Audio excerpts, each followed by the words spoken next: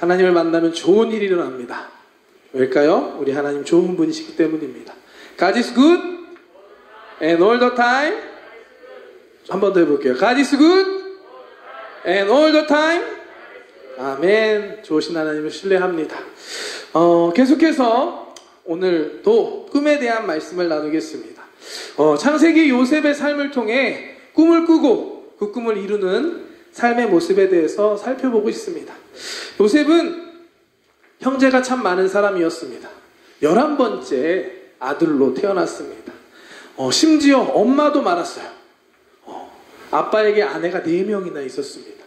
근데 그 4명이 서로 사이가 좋지 않았습니다. 그리고 그 아버지는 심지어 편애하는 아버지였습니다. 집안 꼴이 어땠을까요? 화목했을까요? 그러지 못했겠죠. 요셉은 그리 좋지 못한 가정 환경 속에서 태어났고 자랐습니다. 하지만 어느 날 하나님께서 그 요셉에게 하나님의 꿈을 주십니다. 이 꿈은 요셉이 꿈꾼 같지만 결국에는 하나님의 꿈이었습니다. 하나님께서 요셉에게 주셨던 꿈이었습니다. 요셉은 그 꿈을 꾸고 난 이후 믿고 자신의 것으로 품었습니다. 그리고 담대하게 형제들에게 아버지에게 그 꿈을 말하기 시작합니다. 당연히 형제들로부터 미움을 받게 되고 심지어 자기를 특별하게 사랑했던 아버지로부터도 혼이 날 수밖에 없었습니다. 하지만 요셉은 꿈이 있었기 때문에 그 꿈을 말하지 않을 수 없었습니다. 저는 여러분들이 꿈의 사람들이 됐으면 좋겠습니다. 여러분들이 말하는 말 안에 여러분들의 꿈이 막 툭툭 튀어나오는 여러분들 됐으면 좋겠습니다. 우리 토모니 청년부가 꿈이 가득한 곳, 꿈꾸는 사람들의 모임이 되기를 소망합니다.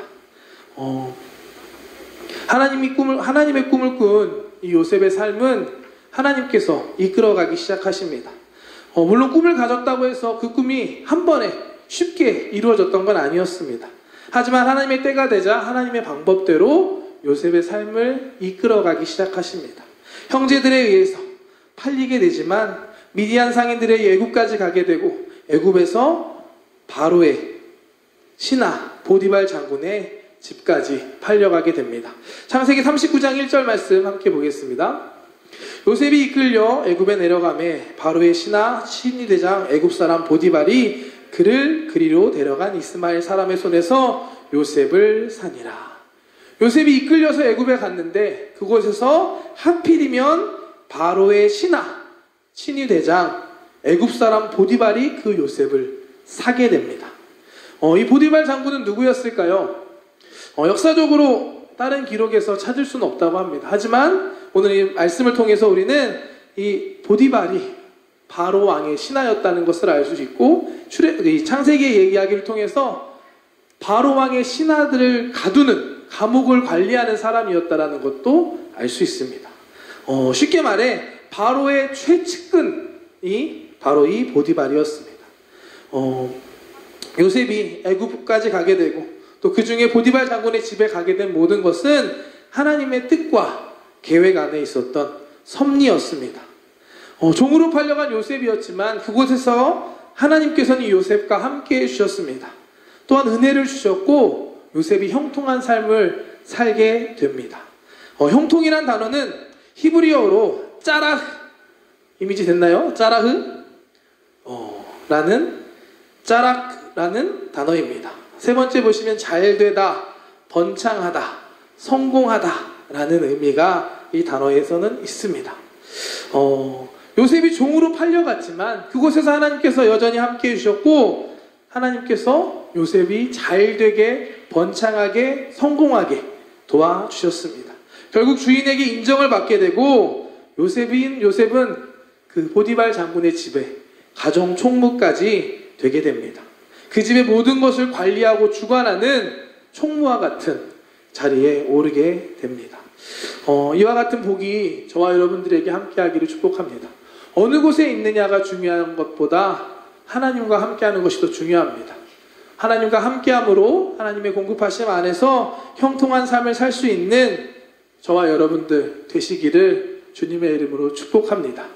이 말씀을 준비하는데 제 생각이 좀 나더라고요. 2년 전에 처음 일본에 왔을 때. 저도 일본을 오려고 계획했던 사람이 아니었습니다. 일본에 가라는 말을 듣고 일주일 만에 일본에 입국하게 되었습니다. 아무 준비도 안 돼 있었고 어떤 게 기다릴지 몰랐지만 지금 돌이켜 말씀을 준비하면서 생각해 보니까 하나님께서 함께 해주셨고 하나님께서 형통한 은혜를 주셨었구나 라는 것들을 깨닫고 감사할 수 있었습니다.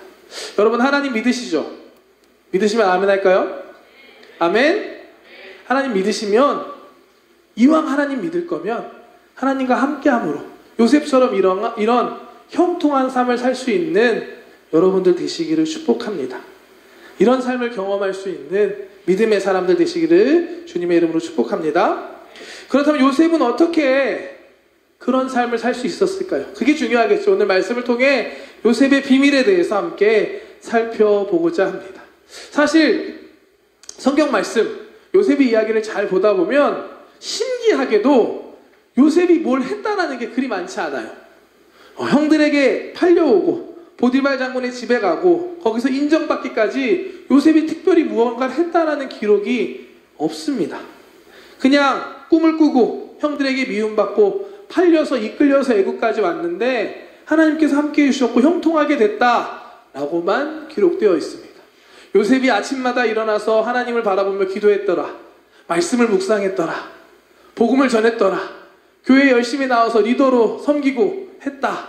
이런 기록이 여러분 한번 봐보십시오. 성경 말씀에는 없습니다. 그저 하나님께서 요셉과 함께 해주시고 형통하게 해주셨다라고만 기록되어 있습니다. 과연 요셉은 그냥 그렇게 된 것일까요? 아니겠죠. 요셉에게도 분명한 비밀이 있었습니다. 오늘 우리가 읽은 본문의 말씀에 그 비밀이 숨겨져 있습니다. 함께 말씀 다시 한번 볼까요? 창세기 39장 9절 말씀입니다. 이 집에서는 나보다 큰 이가 없으며 주인이 아무것도 내게 금하지 아니하였어도 금한 것은 당신뿐이니 당신은 그의 아내임이라. 그런즉 내가 어찌 이 큰 악을 행하여 하나님께 죄를 지으리이까. 하나님이 함께 하심으로 형통한 삶을 살게 되고 인정받아서 가정 총무가 된 요셉이었습니다. 이 집 안에 나보다 큰 이가 없다라고 여길 만큼 잘 나가던 요셉이었습니다. 그런 요셉에게 위기가 찾아옵니다. 이번에 위기는 유혹이었습니다. 보디발 장군의 아내가 이 요셉이 마음에 들었던 것 같습니다. 함께 동침하고자 요셉을 꼬시기 시작합니다. 39장 6절 7절 말씀 함께 볼게요. 주인이 그의 소유를 다 요셉의 손에 위탁하고 자기가 먹는 음식 외에는 간섭하지 아니하였더라. 요셉은 용모가 빼어나고 아름다웠더라. 그 후에 그의 주인의 아내가 요셉에게 눈짓하다가 동침하기를 천하니. 요셉이 용모가 어땠다고요? 빼어나고 아름다웠다라고 표현하고 있습니다. 남잔데 빼어나고 아름다웠다. 여러분 어떤 얼굴을 상상하고 계신가요? 요셉의 이 외모는 유전적으로 이유가 있습니다. 요셉의 엄마가 보통 분이 아니십니다. 한번 볼까요, 말씀? 요셉의 어머니 야레에 대한 기록입니다. 라반에게 두 딸이 있으니 언니의 이름은 레아요, 아우의 이름은 라헬이라. 라헬이 요셉의 엄마입니다. 레아는 시력이 약하고 라헬은 곱고 아리따우니. 어머니부터 아들까지 외모가 출중했다라는 걸 말씀은 우리에게 증거해 주고 있습니다. 그렇기 때문에 보디발 장군의 아내가 이 요셉이 마음에 들었던 것 같아요. 아름다운 청년 요셉. 요셉에게 동침하기를 청하지만 요셉은 이에 대해 단호하게 거절합니다. 요셉이 이와 같은 보디발 아내의 청에 거부하는 이야기가 오늘 본문의 말씀입니다. 이 말씀을 통해서 우리는 요셉이 보디발 장군의 집에서 어떻게 살았는지를 미루어 짐작하고 볼 수 있습니다. 요셉은 주인이 자신에게 집안의 모든 것을 허락했다라고 이야기합니다. 그 중에 하나, 당신만은 허락하지 않았다. 왜냐? 당신은 주인의 아내이기 때문에. 그렇기 때문에 당신과 내가 부적절한 관계를 맺는 것은 큰 악이다라고 이야기합니다. 그리고서 이후에 아주 중요한 이야기를 하는데요. 39장 9절 말씀 한 번 더 볼까요? 뒷부분 보시면 내가 어찌 이 큰 악을 행하여 하나님께 죄를 지으리까? 라고 요셉이 말합니다. 요셉이 이 큰 악을 행하여 내가 어떻게 주인에게 배반할 수 있습니까? 라고 하지 않고 요셉이 하나님께 죄를 지을 수 있겠습니까? 라고 이야기하고 있습니다. 요셉의 죄의 기준은 보디발 장군이 아니라 하나님이었습니다. 보디발 장군 때문에 배신할 수 없어서 죄를 지을 수 없는 게 아니라 하나님 때문에 죄를 지을 수 없다라고 요셉은 말하고 있습니다.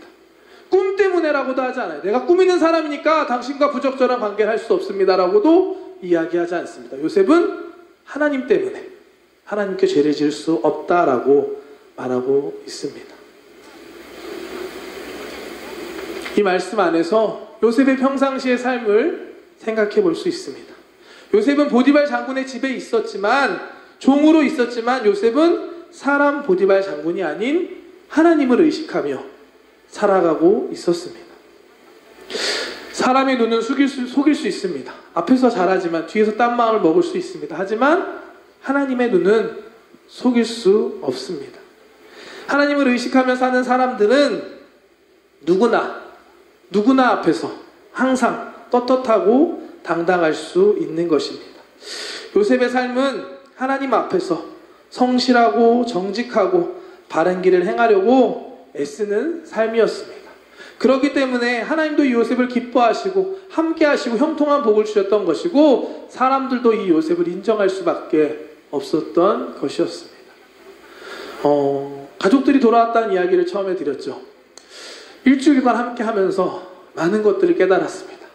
특별히 그동안 내가 잘못 살았다는 것들도 깨달았습니다. 혼자 살다 보니까 그냥 편하게 살았던 부분들이 있는데, 가족들이 돌아오니까 제 삶이 회복되는 것들을 느끼고 있습니다.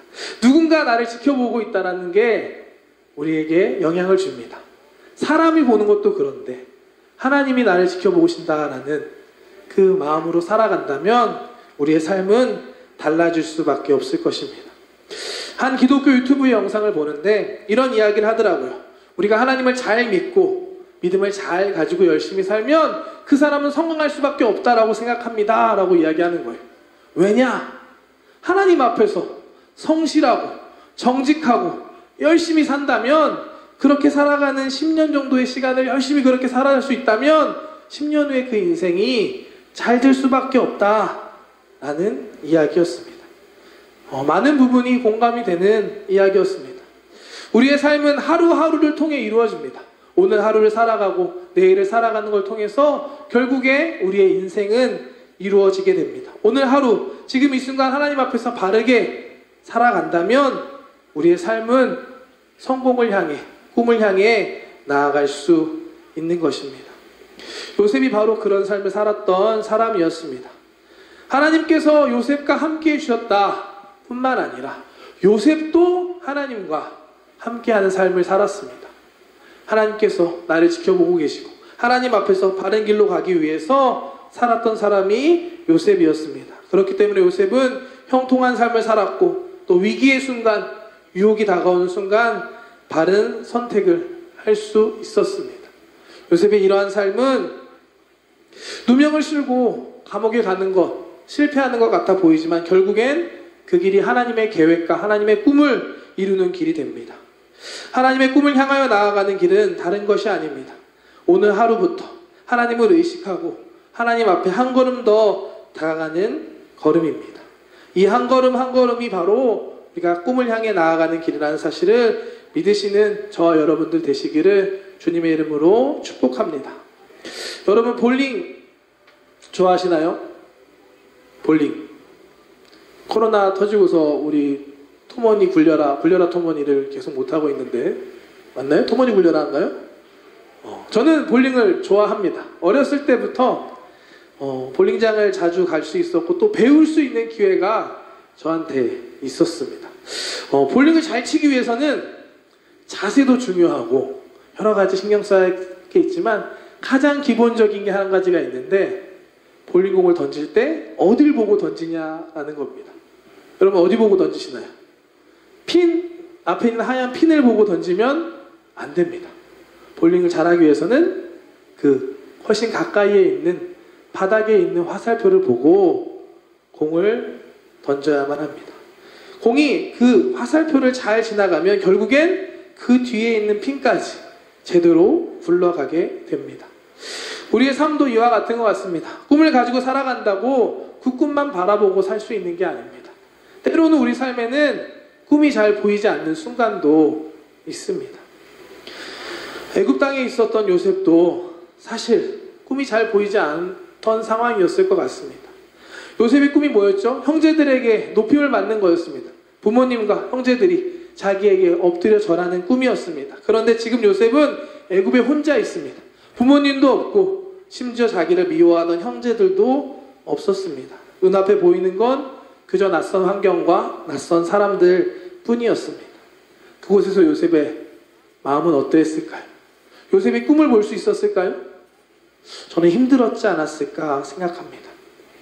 꿈보다는 함께 하시는, 오늘 하루 함께 해주시고 형통케 하시는 그 하나님을 바라보고 의지하지 않았을까라고 생각합니다.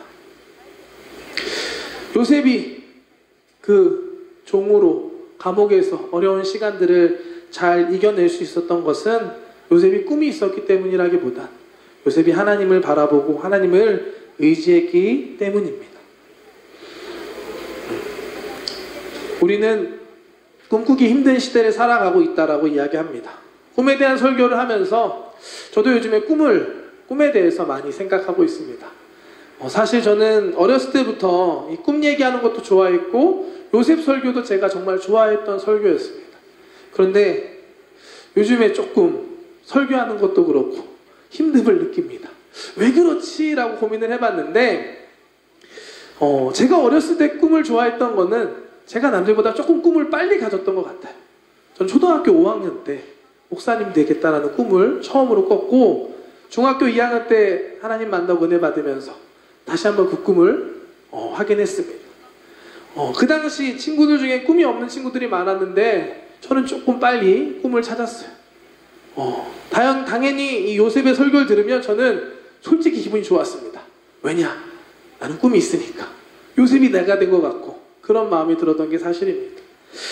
그렇기 때문에 꿈에 대해서 요셉의 이야기가 저는 정말 너무 좋아했던 사람이었는데 시간이 지나고 하나님께서 은혜를 주셔서 그 꿈을 이루게 됐습니다. 오늘 여러분 앞에서 목사로 서 있고 말씀을 전하는 일을 하고 있습니다.